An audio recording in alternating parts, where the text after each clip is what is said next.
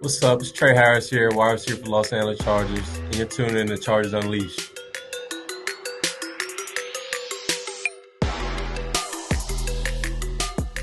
Welcome to another edition of Chargers Unleashed. Jake Hefner and Dan Wolkenstein here with you from the LAFB Network. If this is your first time tuning in the show, make sure to hit that like and subscribe button on YouTube. You can also follow us on Facebook, Twitter, Instagram, Spotify, and Apple Podcasts. Dan Wolkenstein. It's never a dull moment. Dramatics are never in short supply when it comes to a Chargers game on Sunday. And holy shit, did Justin Herbert have some dramatics in the final 49 seconds of this game. Chargers go on the road and in dramatic fashion defeat the Miami Dolphins 29-27 on the back of a Justin Herbert and Ladd McConkey magical connection to set them up for the game-winning field goal. Dan, this was a very back and forth type of game. There was good things and bad things to take away from it. But at the end of the day, hey, we talked about it before this past Saturday on the live show. Whatever it takes. Didn't even matter if it was an ugly win. The Chargers just had to find a way to get back in the win column after the last two disappointing weeks from them. And they found a way to do it. Dan Wolkenstein, what a game. What a relief. What a performance by Justin Herbert, and taking on that Superman persona again at the end when it mattered most. That is why you pay your franchise quarterback that much money, to overcome all of the obstacles, to overcome all of the headwinds, all of the excuses, all the setbacks, all of the mistakes. You still find a way. Justin Herbert just did that. Ladd McConkey, welcome back. Aronde Gadsden, welcome to the show. Kamani Vidal, take a bow. We got Chargers Unleashed hotline going crazy after this win. So if you want to call in, you can be part of the show anytime, 323-902-7586. Chargers escape with a victory. Again, it doesn't matter. A win is a win is a win. Lots of lessons to learn from this. But all that matters right now is you have an MVP caliber player doing MVP caliber things, winning games for you when it matters most. And this Chargers team found a way. No Denzel Perryman. No Khalil Mack. No Quentin Johnston. No Joe Alt. No Rashawn Slater. No Amarian Hampton. No Najee Harris. No Sawyer. You can keep going. No Trey Pipkins. I mean, keep it going. They found a way to win. It is hard to win in the NFL. Was looking pretty there at the end. They pulled it off. This is a fun one. So excited to be talking about a win. 4-2. Chargers escape the victory. Still remain atop the AFC West. Now 4 AFC division wins this season. All 4 of their wins coming in the AFC. Woo! Feels good, Jake. I did not sleep great tonight. Some of it was because I was excited about this Chargers victory. Some of it was because my little child decided not to sleep well. Shout out to Street Progression. But Jake, let's talk about our friends over at Sleeper, who hopefully earned some folks some cold, hard cash this past football Sunday. Definitely. The NFL season is here, which means you now have a chance to win up to 1,000 times your cash on daily fantasy football with Sleeper. Football has never been more exciting than it is right now with players like Patrick Mahomes, Lamar Jackson, Justin Jefferson. Sorry, Lamar Jackson, not lately because he hasn't played. So let's talk about maybe Ladd McConkey in that circumstance. Pick on these stats for these stars, like touchdowns, passing yards, receiving yards, fantasy points, and more for up to 1,000 times payout on Sleeper. Get your picks right and you could win big. Just use the promo code ChargersLAFB and you'll get up to $100 match on your first deposit. Terms and conditions apply. See Sleeper terms of use for details. Currently operating in over 25 states. Check out Sleeper today. Charger Unleashed hotline went crazy. And after a victory, the vibes were immaculate. We had literally, Jake, 25 voicemails. Not a chance in hell we're going to be able to get to all of them. So what we're going to try to do is sprinkle them through this episode and next to keep the vibes up. So we'll put those out throughout the episodes this week. Jake, where do you want to start? Other than before all of that, I have to ask, How are you? How are you feeling after that? Sweat from the brow is gone. Man, I texted you after the Dolphins came back from 2 scores down in the fourth quarter. And I think it was just before, maybe two plays before Darren Waller gets that touchdown. I texted you and I said, we're really going to allow this to happen, aren't we? It just didn't seem right considering how the Chargers came out and looked in the third quarter. They looked fantastic. They looked efficient. They were playing complementary football. They came down and scored 17 unanswered points to go up by 13 in the fourth quarter.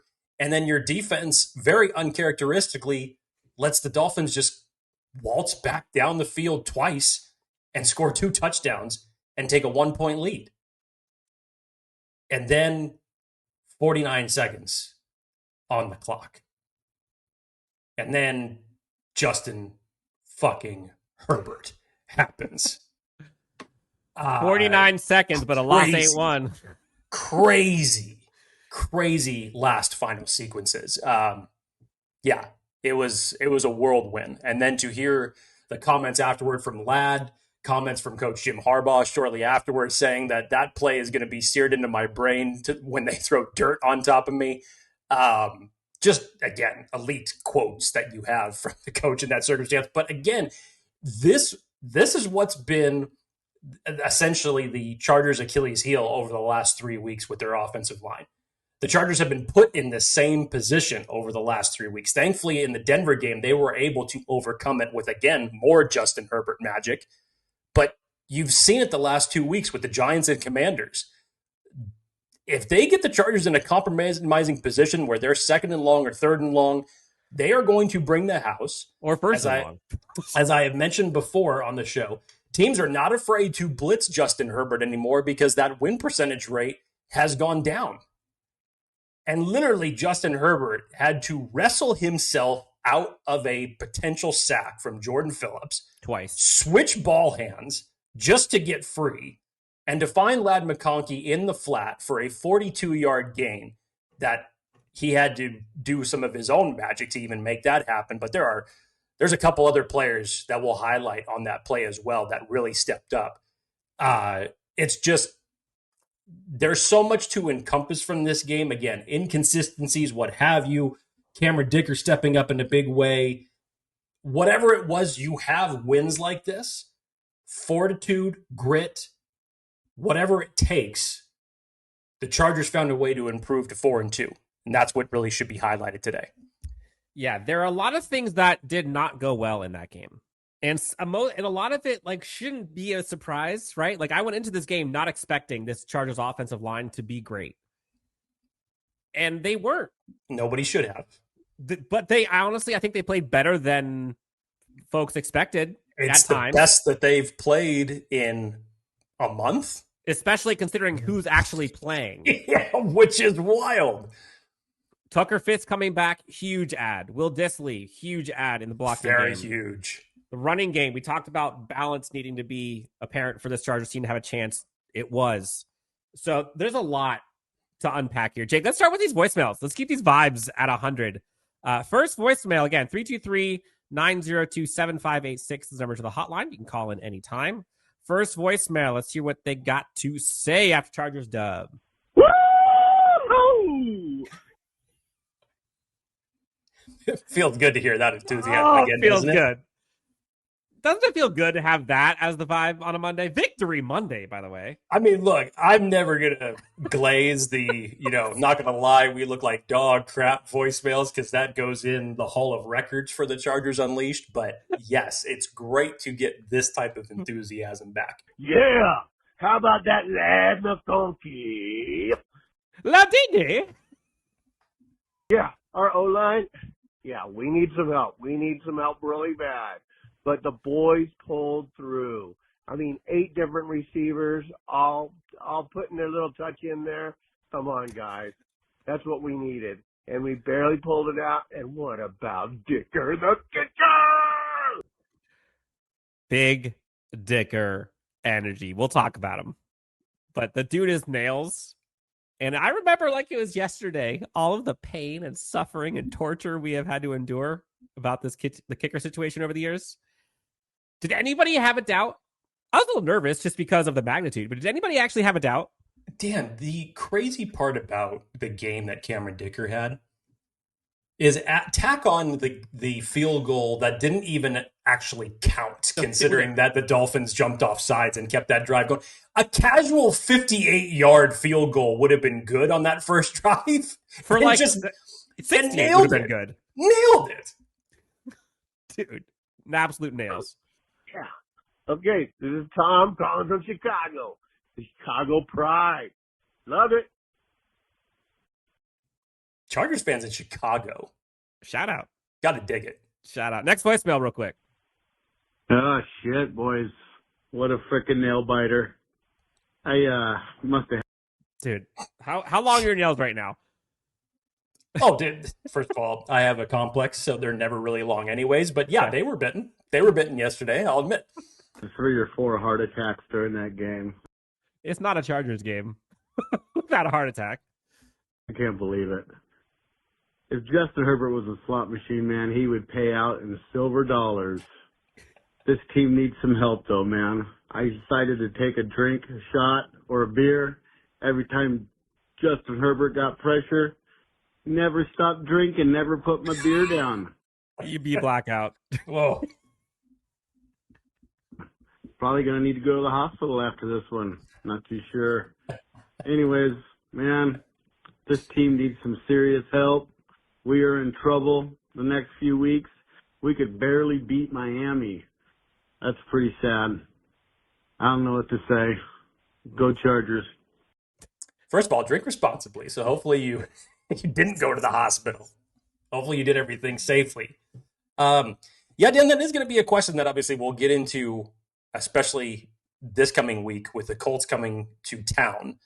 And it is a very big test for the Chargers, all things considered here over the last month, when you've seen the way that they played for the first 3 weeks, and then essentially just how they have, even with a win against the Dolphins, how they have just really regressed, not only just offensively because of their offensive line, not only because of the fact that they didn't have their starting running backs and Najee Harris and Omari and Hampton, but defensively and special teams. Not so much yesterday from special teams, because special teams really tightened the screws, but these are factors that you felt with Jesse Minter and Ryan Fitkin at coaching those specific elements of the team that you could lean on in tough situations.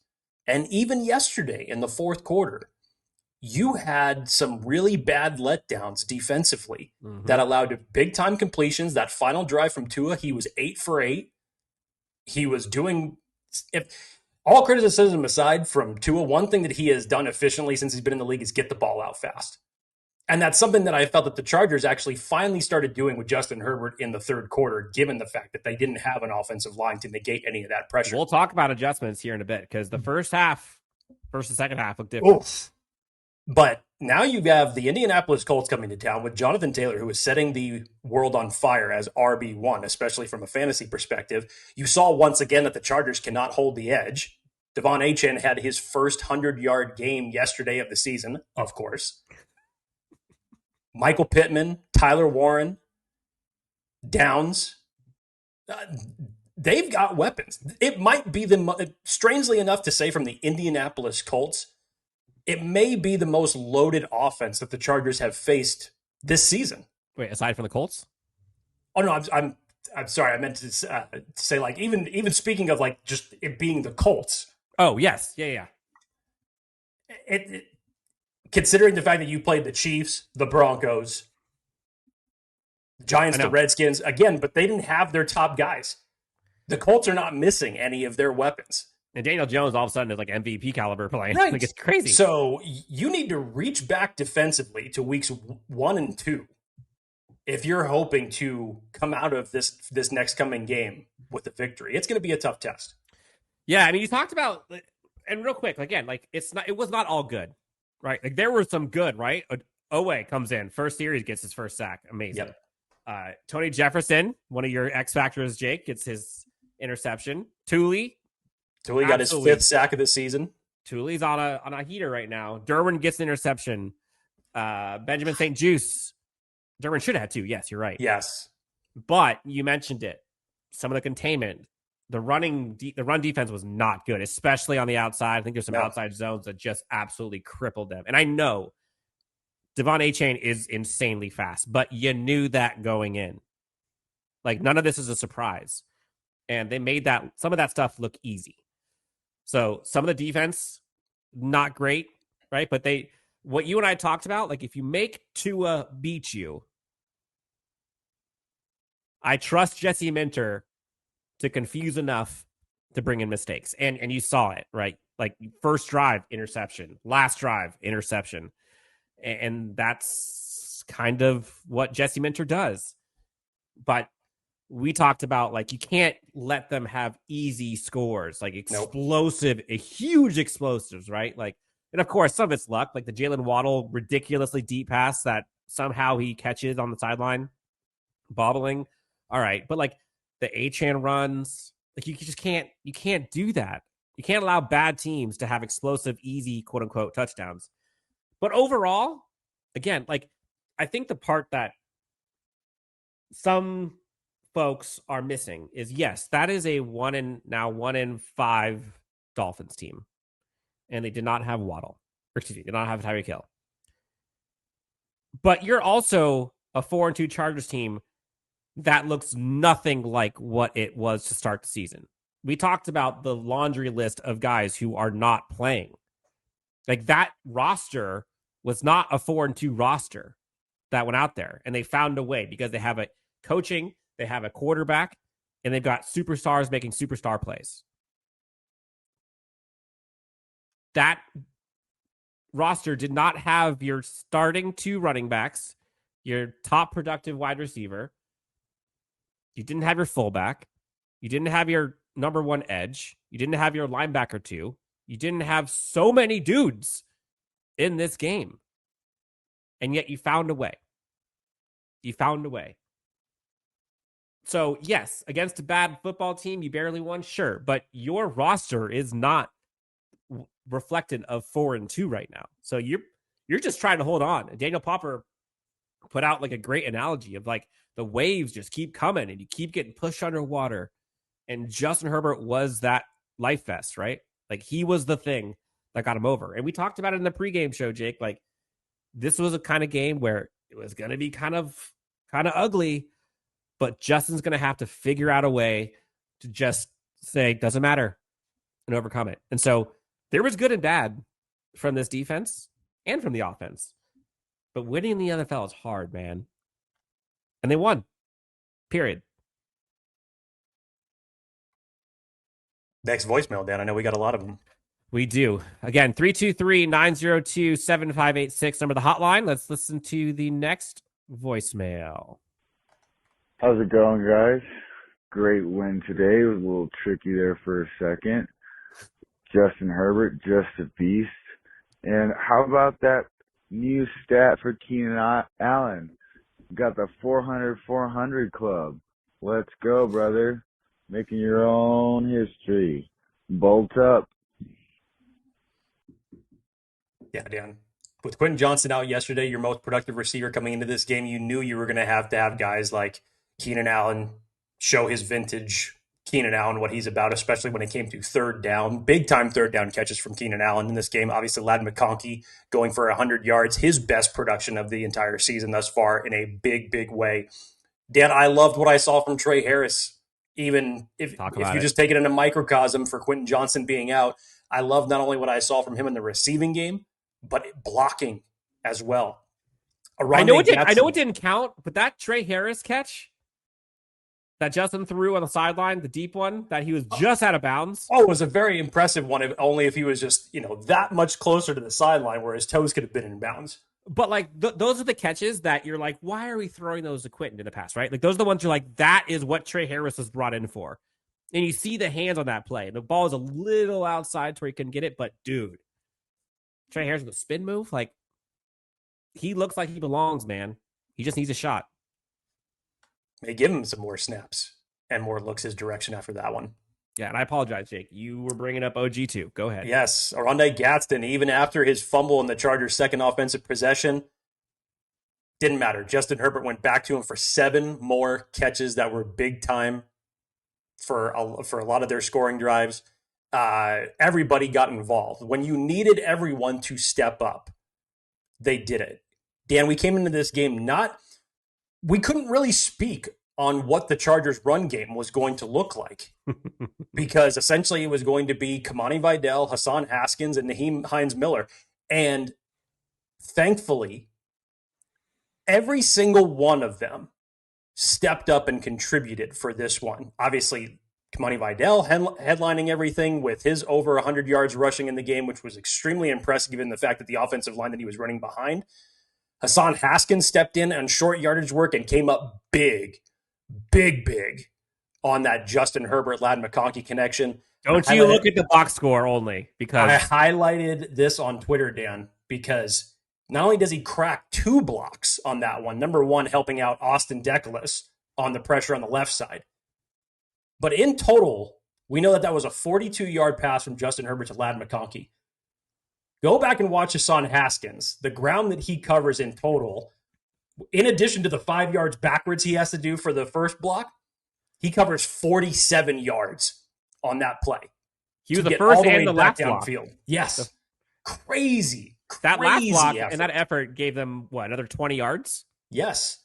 And then 3 plays before this, Naheem Hines-Miller gets the kickoff that sets them up at their own 40. Just contributions all the way around. Absolutely unreal. And Kamani Vidal was a savior for this Chargers team. They don't win that game if they don't have that performance. And for as much flack as we give this Chargers offensive line, what I noticed for the first time, and again, it's not just the offensive line. Like, this is why I think Tucker Fisk and Disley are huge additions. But you see on those runs that were leaked through for the offensive line, like, they actually had some run lanes for Kamani. And you see Zion Johnson chugging at the second and third levels. Go back to that catch and run by Ladd. Zion Johnson is running right there with him. I mean, he looked like the Hulk running. That's what it looked like. But this run blocking game specific, and I'm not even looking at the PFF stats, like the eye test, you're seeing lanes, not all the time, but you're seeing glimpses of like, oh, that's what it's supposed to look like. But you're right. The collective support group, right? Kamani Vidal, Hassan Haskins, Aronda Gaston, Trey Harris. You saw Kendrick Lambert-Smith. Let's talk about special teams for a second. Yes. Talk about Cameron Dicker. J.K. Scott saved the game at the very end with that snap. I held my breath on that, Dan, because I saw that go all the way behind him. I'm like, oh, shit. I puckered up. I didn't know if that second delay was going to cause someone to be able to come in to block the field goal. But, wow. Let's talk about some of these tackles that you saw on special teams. Oh, yeah. Del'Shawn Phillips. Arguably like the special teams tackle of the year with the straight up edge. I mean, I haven't seen a tackle like that in days. Absolutely cracked him. Jasir Taylor, 2 special teams tackles. I think it was a Boygby also who came in. Boygby came in huge. Yes. For the most part, special teams, it got back to, outside of that, right, call it the first kickoff that you allowed the Dolphins to start from their own 40. Thankfully, one play later, it was intercepted by Tony Jefferson. But still, outside of that, Ryan Ficken said, I've had enough. I have had enough. And the players listened. They needed it. And we talk about the middle 8 a lot. And we've we're wondering, we've kind of given Ladd his flowers. But if folks go back and watch that opening touchdown to start the third quarter, it felt to me watching that Ladd was impressive on both ends. Clearly, got the catch, had a great game. But that felt like Ladd McConkey was hunting with and for Justin Herbert to find the clearing in that second phase of the play. It looked like it was just him and Justin, him just finding a spot. I mean, he's going full speed the whole time. And you see the play break down, shifting around the corner. That was, to me, that's that chemistry stuff that you just can't teach. And Ladd was not going to be denied on that play. Huge Huge. And what I like most about that, capitalizing. This Chargers team capitalized on mistakes. You saw interception turn into touchdowns. They took advantage of these opportunities. Now, again, the defense on that last drive, how he was that open in the end zone. It looked like someone was trying to do more than their job in the secondary. Not going to name names. But Waller cannot be that open in the red zone when you're already in the red zone. But look, they did what they needed to do, and they had their best for when their best was needed. And literally, Jake, it was ironic because you and I talked about it on the last show. I said, I don't think this Chargers team is going to win pretty, and you're going to have to see Justin pull the rabbit out of the hat. Yep. And he literally did twice, back-to-back plays. Everyone's talked about that last play to Ladd, but the play before that, that's a sack for 30 other quarterbacks. And he somehow got it away. Again, 40-something seconds. I don't think they had any timeouts left. You get still sacked had one there. timeout at that point. You get sacked there. That's like second and whatever, 18. It's a whole different ballgame. Mm-hmm. The Dolphins knew. They had the script. They watched the film. They did everything right. They blasted the offensive line. They got to Justin Herbert. Should have been sacked. Somehow was not the first time. Somehow got out, threw it away. Second play. Should have been sacked by two people. Somehow got away. You talk about the juggling act. Got away. Like, literally pulled the rabbit out of the hat. And yes, Ladd did the rest, which Dolphins fans, Raiders fans, they're like the Spider-Man meme right now about like the Olay that Ladd McConkey does to them. Ladd did that to the Raiders for that easy touchdown last year. The Ladd stuff was pretty, but Justin saved the game twice just by getting the ball out because the Dolphins did exactly what they needed to do. They just couldn't finish, and Justin was not going to be denied.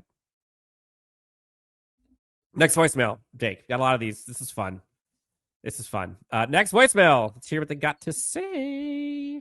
Jim Harbaugh in the post-game reaction. Hercules, Hercules, Hercules, Herbert is Hercules. That play will be burned in my mind till they put dirt on my head. Jim Harbaugh. Until they put dirt on my head. Great Jim quote. Harbaugh, one of a kind. Great quote. You mentioned that at the top. Yeah. Oh, these voicemails are great. Let's keep it rolling. Dan, Jake. Oh boy. Oh. All right. Dan, I think he's coming after you. Not that he'd have any particular reason, but I'm just going to bet money saying he's going to come after you. But if it's my fault that they lose, whose fault is it that you win? You're welcome. All of a sudden, Dan Wolkenstein is the GM, the head coach, the quarterback, the wide receivers, the tight ends, the offensive line, the running back, the defense, everybody. And Vegas. You're welcome. Yes. You are welcome. Here all week. This is FDM. Got it. I only have one question. What's the question? Oh, you're asking me. Yeah, what do you think it is? Like, how do you like me now, Dan Wolkenstein? Or Who the fuck says Woo! field goal does not win football game? Shout out to Cameron Dicker. 5 for 5, 6 for 6, for being honest. All count, especially early in the game. People need to stop talking about field goals don't not win the fucking game. Well, hold on. I'll let us play through, then I'll chat. Let's go, baby. We're on our way to Indianapolis. Let's go. I mean, I remember when Dustin Hopkins on one leg single-handedly won the game for the Chargers, and he had to go out there and literally had to go. I think it was after he got injured, he had to go out and kick 3 additional field goals that ended up going through. I mean, that was hero stuff right there. I don't think anybody's ever said that field goals don't win games. You could talk to the New England Patriots about that. You could talk to the Kansas City Chiefs about that. I don't think everybody's ever said that. But when you have a kicker that is just as big dick energy that he is, in such a casual way to go out there and, totally calm, nail a 58-yard field goal that doesn't even matter because of a defense, offsides, and it continues to drive from there. Dan, he's single-handedly helped win the Chargers 2 games this season already, and it's been on his back. Obviously, Justin Herbert has to make certain plays in order to get him in a position to win. But you and I have talked about this offline, and nobody has forgotten this for anybody that's been following this franchise. How long has it felt that we have been searching for a kicker that has this type of juice? Energy. Yes. We've lived through the Michael Badgeleys and the Younghoe Koos before they were on their respective other teams. We lived through the Dustin Hopkins. We lived through the Nick Novak when he was Novacking on the sideline for a certain break that he had to take for himself. I remember those days. And that was a power move, by the way. That's real player stuff. You don't say, hey, I got to go to the locker room real quick. No, you figure it out and do whatever it takes to do it on the field. But, Dan, you just talk about nails. Nails. Cameron Dicker has been one of the most efficient weapons for the Chargers that, it's a short list to find someone who has not been as efficient as he is, whether it's in his own position or just any player in general. It's really hard to find someone who you can rely on in big-time situations like this. Don't look now. 14 for 14 on the year, Cameron Dicker. 100%, by the way. Not too shabby. Pretty damn good. Now, I will push back a little bit. You do not win many NFL games when you go 2 for 7 in the red zone. No. And I think you were 0 for 6, if I remember right, in the first half on third down. To make that 1 for 7. 1 for 7. To make that even bigger, Dan, on the season, the Chargers were 5 for 15 in their red zone trips. You don't win many football games when you go 5 for 15, or in this case, 2 for 7. Now, you're lucky you went up against a Miami Dolphins team and your defense bailed you out with 3 interceptions. But imagine this game if they went 4 for 7. This game was over at halftime. So, yes, you can still win, but man, that mountain is steep when you continuously give your opponent momentum and a chance.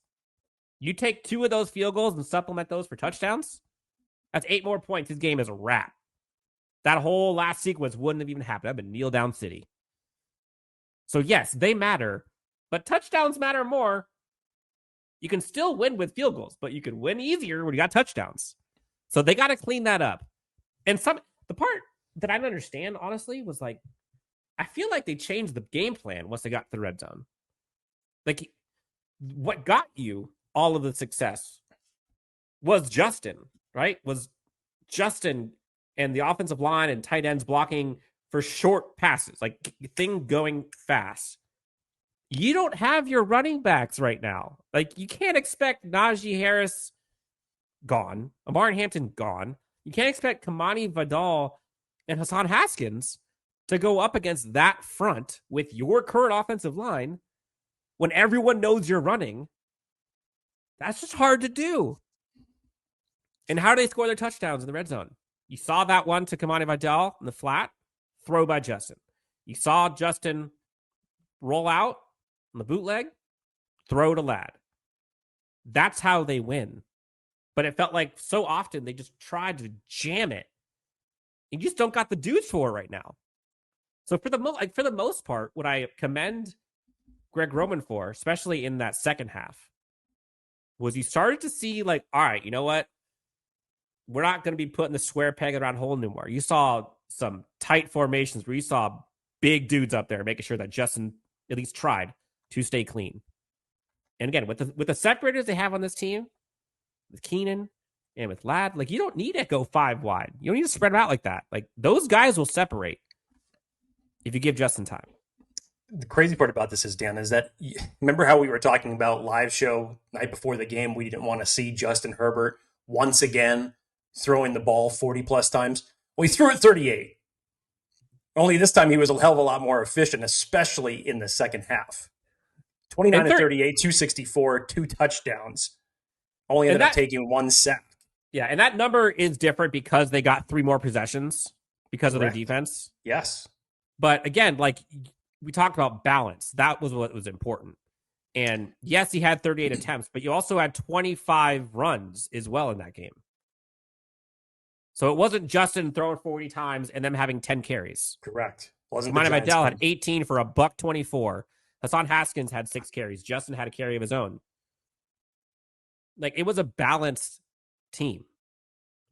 So that was huge. I mean, that's a huge, huge win. Some little kind of notes that I had throughout. I mean, the first half was hard to watch at times, man. Yes, it was. The Chargers offensive line was not great. Like, it kind of felt like a tale of two halves to me. Because that first half, that was tough, man. Like, they couldn't finish. They could not finish. And you see Justin kind of getting lit up a little bit. And again, like, the guy is Superman, so he just keeps getting up. But, like, that's hard to put a toll on him like that. The defense, you saw, like, those explosive runs given up. They got lucky on that first interception. Again, but you make your own luck. Tony Jefferson came down with it. Shout out to Unc.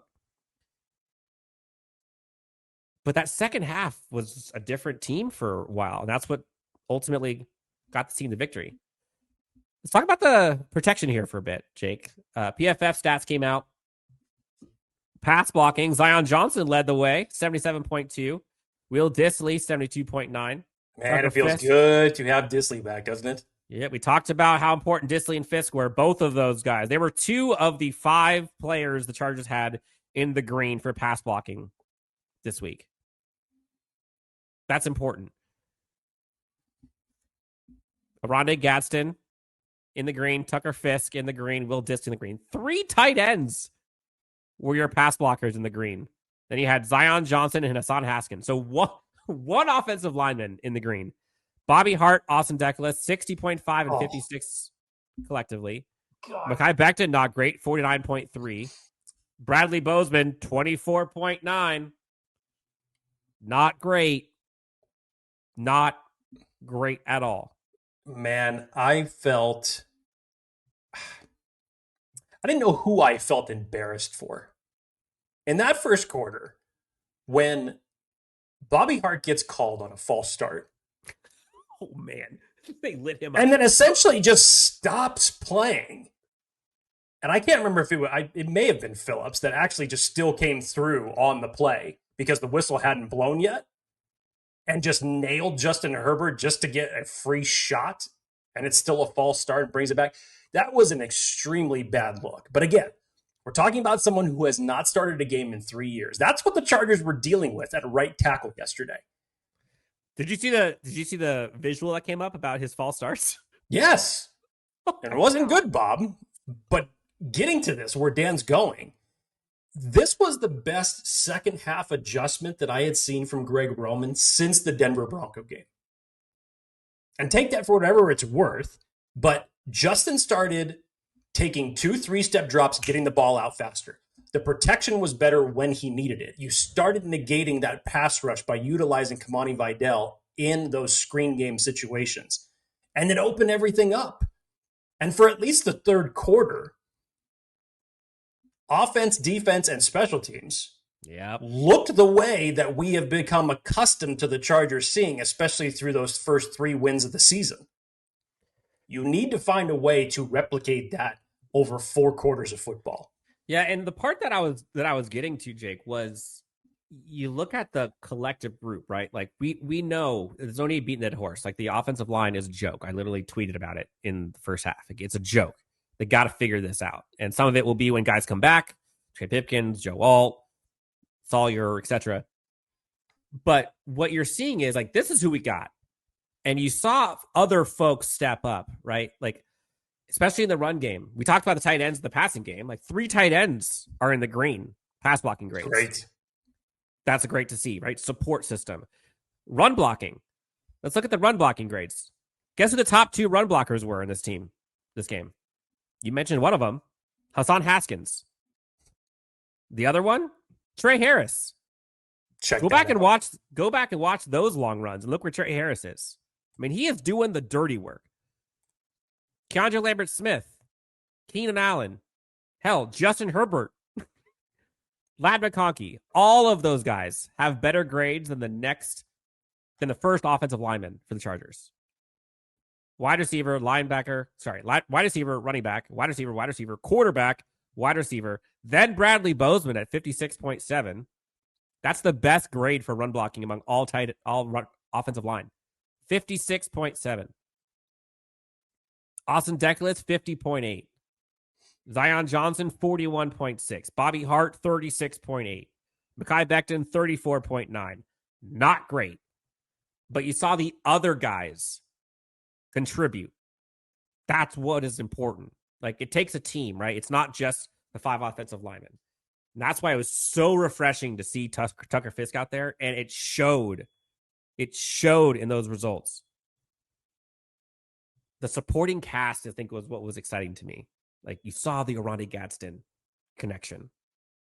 You get to see Trey Harris do his thing. Benjamin St. Juste. You get to see Dante Jackson, which, by the way, there was a play in the second half where I think it was Dante Jackson. Unreal. He had like a crazy physical hit on A-Chain when I think Tua tried throwing it to him with flat for a loss of like 5. Super impressive. The interception by St. Juste on Tua. Yeah. Unbelievable. Unbelievable. Think of beauty. Bad decision by Tua. Got baited into that. But again, talk about it. Interception. Offense goes right down the field. Scores touchdown on the ensuing possession to go up 10.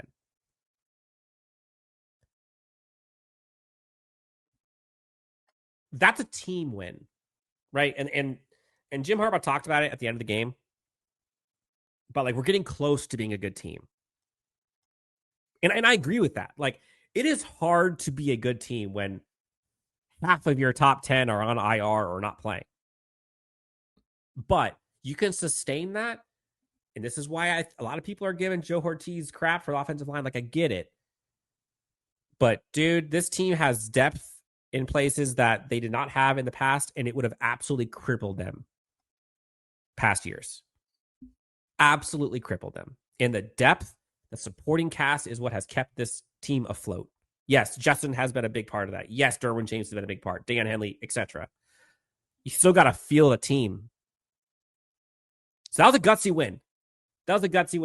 Again, by the way, weird life we're living in right now. I was getting so much shit, Jake. I don't know if you saw this.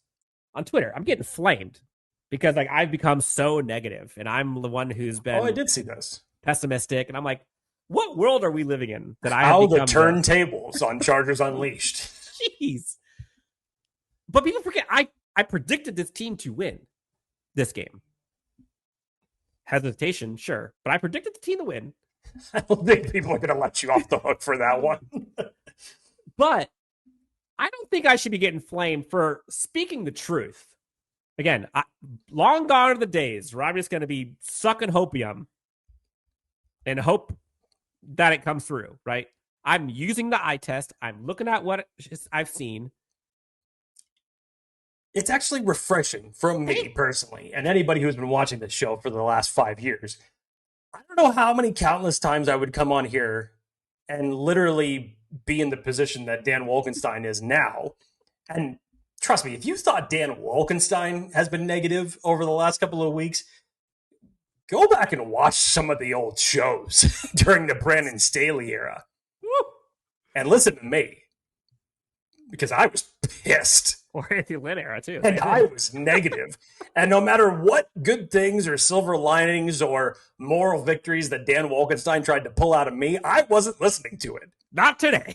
Because I was watching, for lack of a better word, dog shit on the field. And watching a head coach that wouldn't make adjustments and ran bad personnel and tried to be a head coach and a defensive coordinator at the same time. And a GM who wouldn't be making the right personnel moves. It sucked. And I was fed up with it. So it is a little bit poetic and a little nice and refreshing to see how the opposite side actually looks from my own eyes. But you want to put the negative scale up. Even now, for as positive as I've become over these last couple of years, and this is what Jim Harbaugh does to someone like me, thank God, I still clear Dan by a hell of a lot in terms of the negative category. No doubt about it. Oh, you do. For sure. For sure.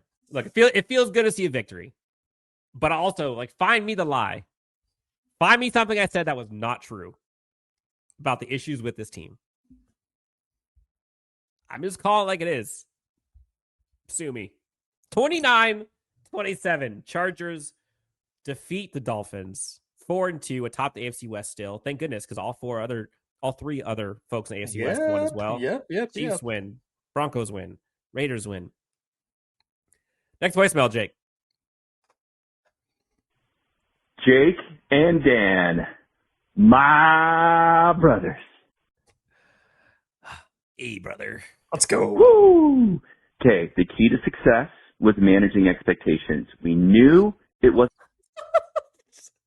I love that. That's going to be like my life motto. The key for my happiness is just manage expectations. Life sucks. Life sucks. I'm using this. I'm absolutely using It's going to be pretty. That's okay. We're not at our best. Don't expect the best. Had to just stay calm and just keep going. We were all calm the whole game, right? Everyone was cool, calm, collected. Nobody freaked out. No one had heart attacks. No one took shots. Yep. No one blacked out. Yep. Yes. We hit that fourth quarter. I was calm, and then I was not calm. There it is. Life of a Chargers fan, summed up in one sentence. Okay, we got towards the end of that fourth quarter. The light had gone out of my life. I was losing control. But Jesus. The lights have gone out of my life. All we had to do was trust the process, try to breathe. Justin, La-Dee-Dee, Dicker, guys, take the W, take a breath. Let's go. Dan, we said it, by any means necessary given what you've got right now. Thankfully, the Chargers are one of those teams that have some of the most players on short-term IR right now.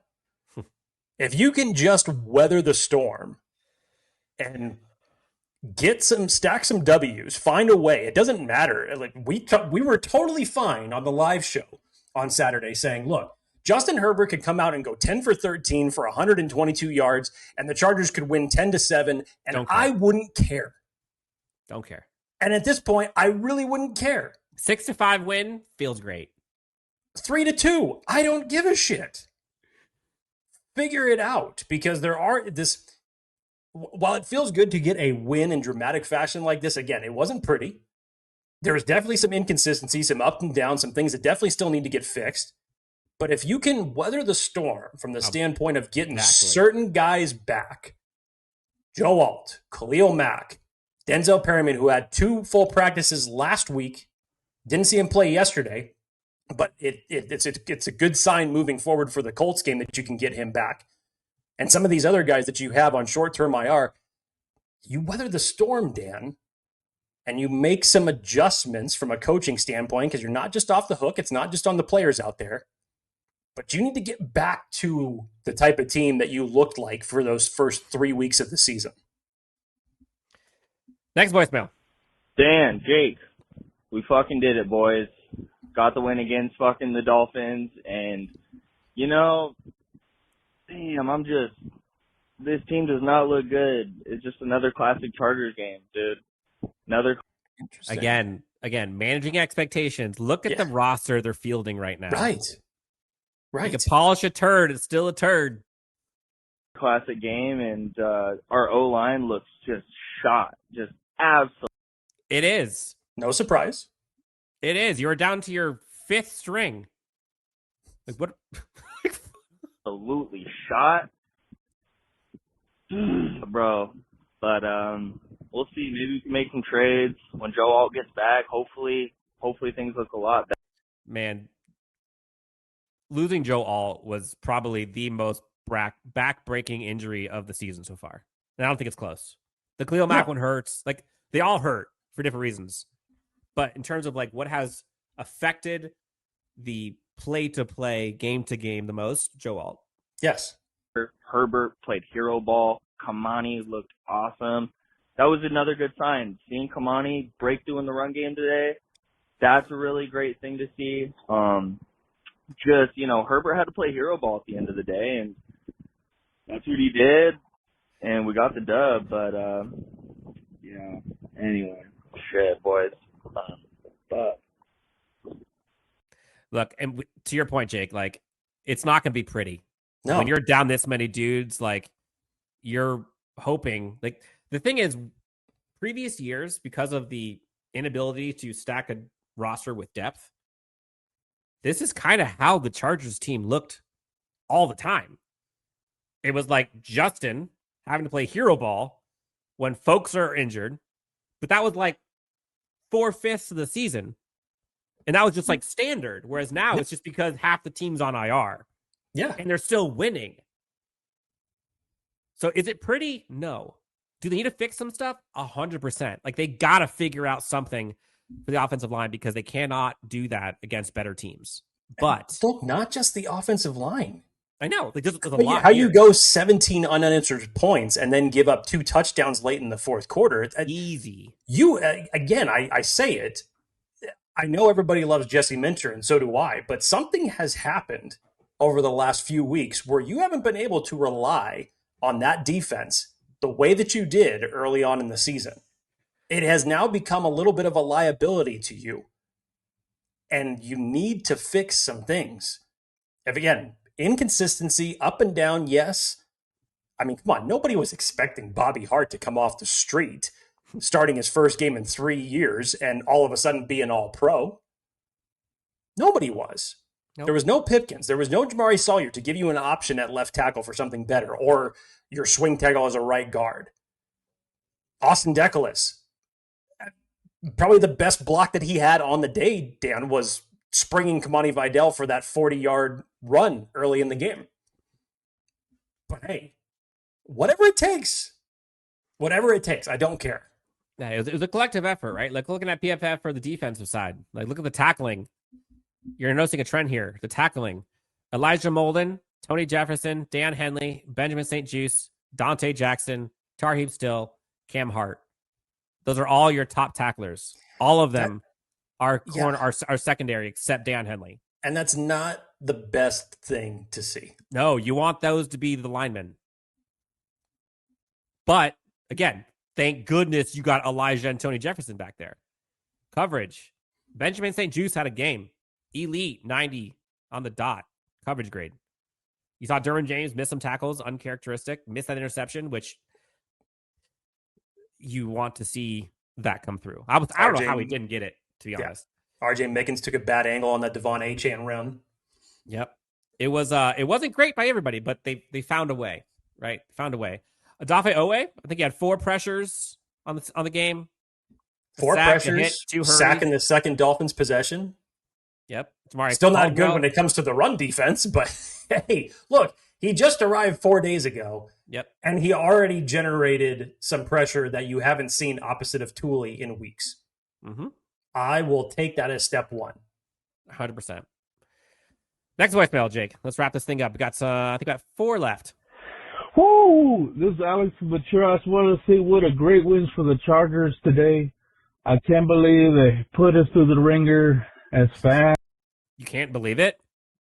Where have you been? We've been in the ringer for essentially 25 years. Allow me to reintroduce myself. I mean, we can go back further. We've been in the ringer since what, the 80s? But I'm very glad they will get back on the win column. Man, it felt like forever, but I'm glad we'll get some pieces back. And I hope the Chargers do well for the rest of the season. Laters. Yeah, you're hoping reinforcements. That's a big thing. And we'll see what happens here over the coming week in terms of the possibility of getting Joe Alt back, getting Khalil Mack back. We don't know, but it would be nice, especially against a Colts team that is really looking pretty damn good right now. And this is where the last 3 weeks going 1-2 just kind of feels a little bit of a downer because those were games that you really came into considering who the Giants and Commanders respectfully didn't have, that you should have won those games. Now you're getting back into the meat and potatoes of your schedule against better teams, better opponents, with better weapons. You need to find a little bit of your week 1, week 2 form if you're going to have any chance of beating these teams right now. Yep. But I will say that win yesterday went a long way, because if you didn't win that one, like, you just wasted those first 3 games. You wasted the opportunity. You wasted the 2-game lead in the AFC West. Like, you wasted all of it. But now you came out of it with all the injuries, with all the drama. You still came out of it with 4 wins. And going into the season, you would have taken that. 100% would have taken that. Next voicemail, Jake. What's going on, guys? Manny here. Just wanted to apologize for last week's tirade. I was a little in my feelings, and just wanted to give a shout out to we all were in our feelings. the Chargers. Way to go, Joe Ortiz. Joe Ortiz. What a move. What a trade, man. That trade really came through for us, man. Great game. Chargers are back. Super Bowl bound. Let's go. We back, baby. It's amazing, Dan. 1 week, people are calling for you to get fired. The other week, people are singing your praises. Going to the Super Bowl. There we go. We went from draft talk to Super Bowl. That's right. Next voicemail. Again, the number 323-902-7586. Give us a call on the hotline. Try to keep it 30 seconds so we can get as much of you guys in here as possible. Again, we're not able to get to all of them today, so we'll sprinkle some in on the next episode. Next voicemail. Hey, guys. Crosby here. You laughed at me last week. Yeah, I said we were going to be just fine. I mean, is that just fine? Can you blame us? Can you blame us after what we watched over the last 2 weeks? Define just fine. Again, I credit anybody who keeps that level of positivity. I have a co-host that used to do that every single week, no matter what, would not look at the real big picture. So anybody who can actually do that, I give credit to you, because it's very hard to look at things like that when we watch the product of this team, not just offensively, defensively, special teams. It's tough. I don't know how you suppress those type of emotions after watching this team the last 2 weeks, but credit to you, sir. And you laughed, understandably so. There we go. At least you knew why we were laughing. That works. But guess what? We did it. Chargers came out. We beat the Dolphins. It was scary there for a minute. I'm not going to lie. A minute? I mean, 49 seconds, but yeah. As soon as the fumble from Ron DeGasson, I'm like, well. But we did it. And who is Kamani Vidal? Oh, my gosh. That was incredible.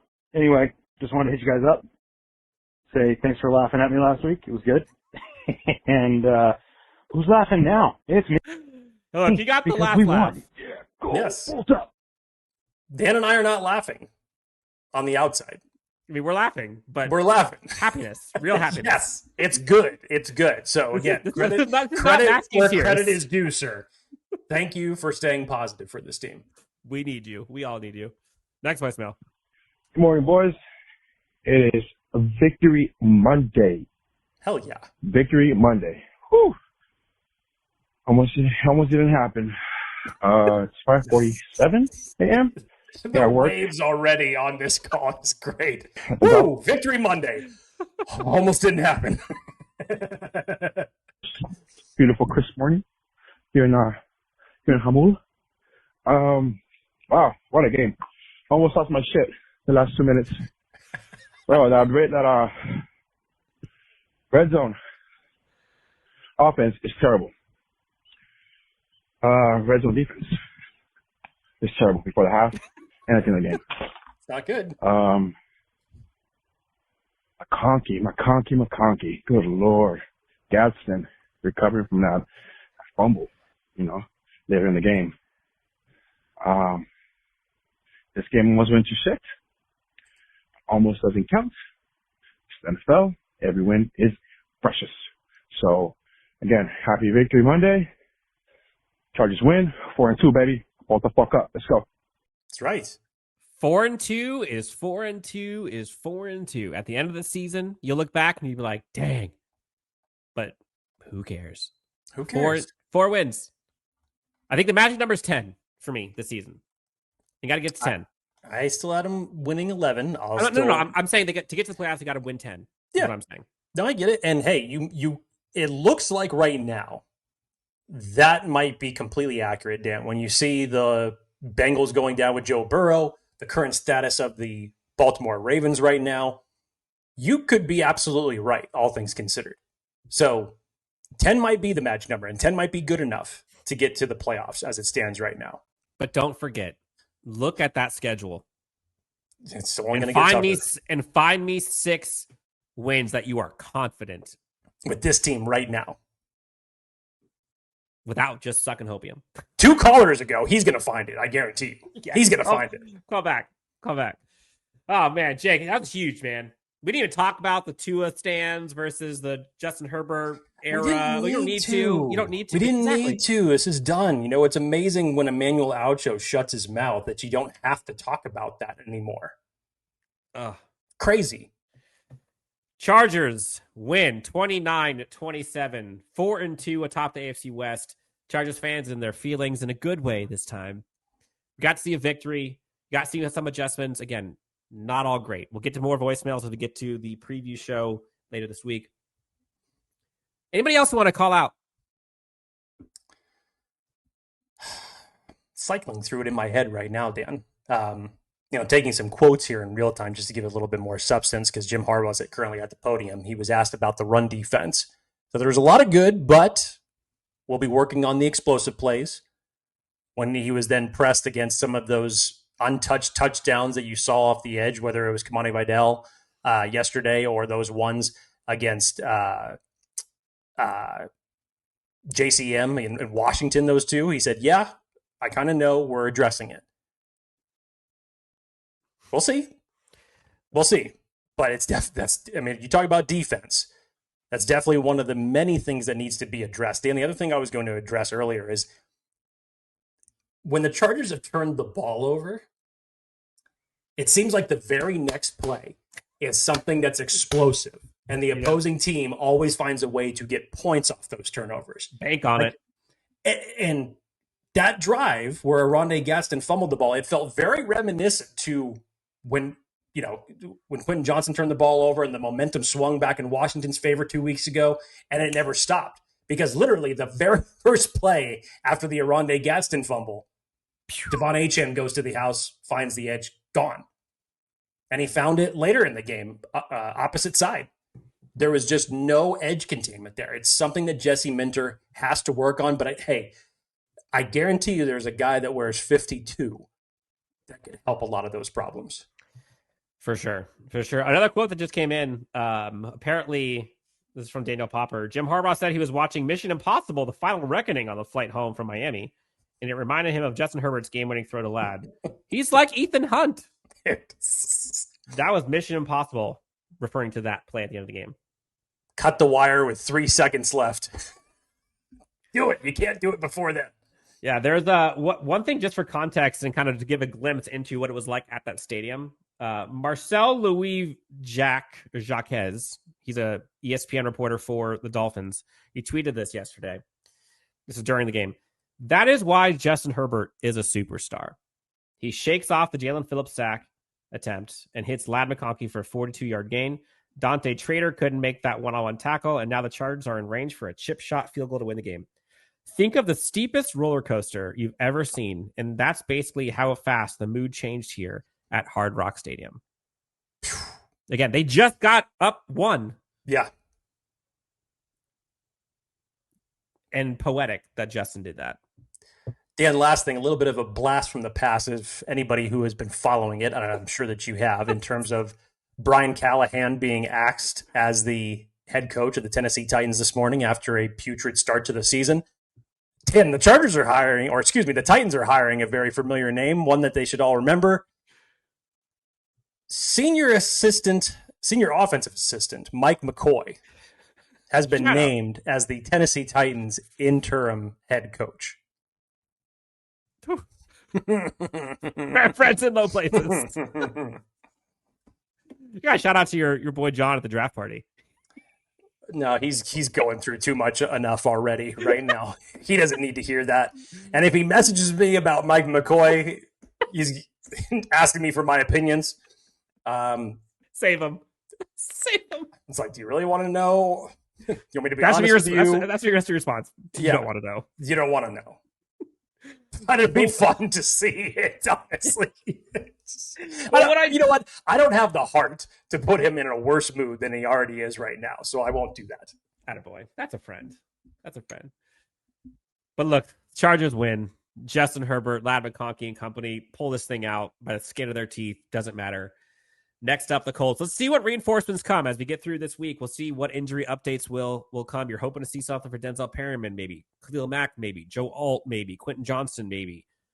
A lot of dudes that could possibly be coming back for reinforcements. So we'll be here to cover it. But until then, happy Victory Monday. Smoke the brisket. Whatever you guys got going today, enjoy it. And we will talk to you next time on Chargers Unleashed.